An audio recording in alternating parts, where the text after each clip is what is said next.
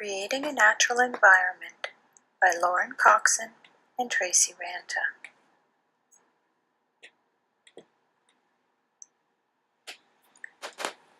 The location that was used as a basis for our adaptations is a privately owned early childhood education center located in Etobicoke near Royal York and Dixon. This center has one toddler class aged 12 to 24 months, two preschool classrooms aged 2.5 to 4 years, and a before and after school program for ages 5 to 12. The center serves a middle to upper middle class socioeconomic status. Many of the parents hold employment as teachers, lawyers, yoga instructors, hairstylists, and insurance brokers. The families within the child care center reside in close proximity to the center, with no farther than a 30-minute commute. Though the child care is positioned in a suburban neighborhood, there is an urban aspect as it is located near a busy intersection of Etobicoke. The children of the center have a continuous view of the neighborhood and its activities through a chain-link fence surrounding the outside play space. Educators and children participate together in neighborhood walks and discuss what is seen, smelt, heard, or felt. The children will count houses or colors of doors, note the varying sizes of homes, collect natural materials to sort and categorize later. They are active in clearing of litter in their neighborhood or play space, giving themselves a feeling of ownership and responsibility for their community. The educators and children also visit a residential senior center to read stories, make crafts, or put on plays. This involves them in the larger community and engages empathy and responsibility.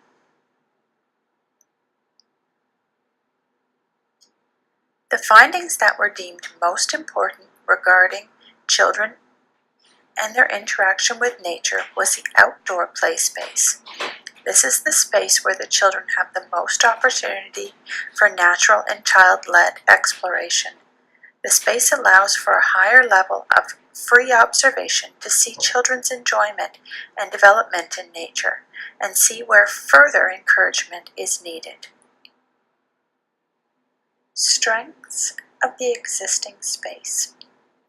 The outdoor environment has satisfactory space for the children to run and explore. The outdoor space allows for free play and development of imaginary skills. There is a large tree with bird feeders to help attract animals to the space. The chain-link fence allows transparency for observation and interaction with the surrounding community. There are natural elements of pine cones, leaves, snow, and rain catchers. And the play climber offers opportunity for gross motor development through climbing tunnels, stairs, and walkways. Weaknesses in the existing space. The ground covering does not include any grass or soft surface areas to encourage sitting and exploration.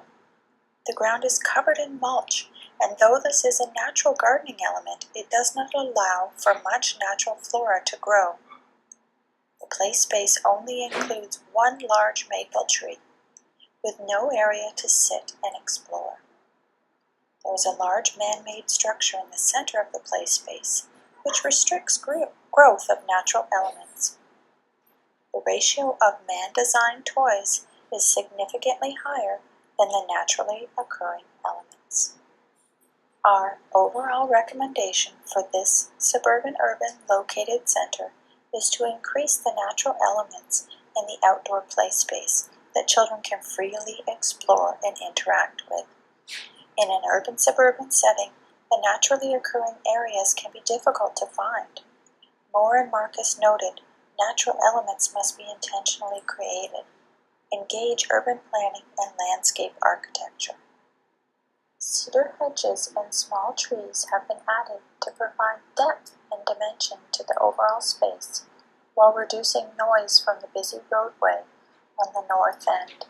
We have included the addition of vegetable gardens to foster a sense of community and ownership in the children, while mirroring elements that can be found and grown organically. Schaefer remarked, "When children are given multiple opportunities and access to outdoors, there is an increase in possibilities for in-depth connections with nature, bringing a deep attachment to the natural world and growing a sense of responsibility and healthy attitudes towards the surrounding world and community." A wooden bridge has been added, leading the children over a rock path towards a shady grass area under the large existing tree. Wooden logs of different heights have been added around a sandpit area in the south corner of the yard, where children can also enjoy watching the activities of the surrounding community. This adds a level of familiarity while introducing new concepts and sensory invitations. Kaplan and Kaplan advised that there can be a sense of connectedness between experience and knowledge about the world as a whole. Planters for vegetable and flower gardening have been added to the playscape area, as well as brightly colored perennial and annual flowers to help attract hummingbirds, bees, and other animals native to the area. Blanchard and Buchanan cite, "Educators should be careful to grow, raise, or release only native plants and animals into their natural world." By creating an inviting space for wildlife, we allow children the opportunity to interact with nature and those creatures in an environment that they feel comfortable with. In the newly created space, planters for vegetable and flower gardening have been added along the south fence. A sand area surrounded by wooden logs of different heights has been added in the south corner of the yard, for an area where the children can enjoy watching activities in the surrounding community. Hedges and low-growing shrubs have been added along the side fence to bring elements of natural flora while allowing interaction and observation within the community neighborhood. Low-lying garden boxes surround the playscape area, holding brightly colored perennials and annual flowers to help attract hummingbirds, bees, and other animals that would be native to the area. These plants may include, but are not limited to, bee balms, columbines, daylilies, lupins, foxgloves, hollyhocks, and impatiens. Cedar hedges and small trees add depth and dimension to the overall space, reducing noise from the busy roadway on the north end. The rubberized ground covering has been reduced, and natural grass offering children a soft, inviting natural surface for exploration has been added. A wooden bridge leading over a rock path join the rubberized space and lead the children towards a shaded grassy area underneath the large existing tree. As well, a water hose has been added to allow the children the ability to independently add water elements to sand areas, rock paths, as well as for caring for flower and vegetable gardens.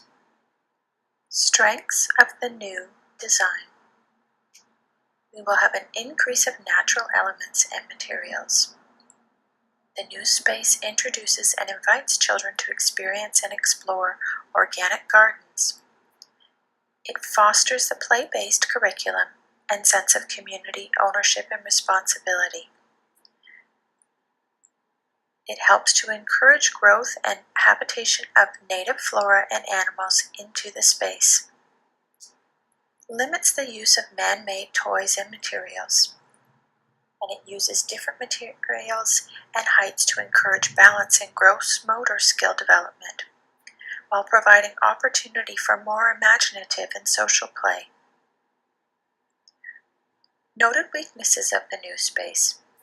There are limitations of space due to size of the playscape and land owned by the center. The man-made play structure could not be removed. The setting is still an urban-suburban area, so new wildlife could be difficult as cars traveling back and forth still exist in the space. It could be costly to produce this redesign. And as well, children could have allergens to the grass or plants used. Conclusion. Our world and society have changed a great deal and will continue to follow different paths depending on choices made by us and future generations. Finding nature in Toronto can be a difficult and sometimes overwhelming task. There is a great sense of fear towards nature because children could get injured or dirty. There seems to be a willingness to ignore the adage, "Let them be little." Children need freedom to explore and to question, to find answers to their questions, to really feel the soil, to hear a bird sing or watch how it soars in the air, to listen to the bees pollinate flowers and plants, to know that all these organisms are essential to each other and every one of our lives. Children gain knowledge through experience, through watching and listening and following examples. This is why we have made the recommendation of providing more natural play elements into the children's space. This provides comfort for parents as they are familiar with the center and know their children will be supervised, but still allows for open-ended imaginative play and learning. When a child climbs a tree, they climb for every question and every thought. They come down to repeat it over and over again. This should be encouraged and allowed. It's not only children whom can have a beautiful relationship with nature. Why prohibit it from the start?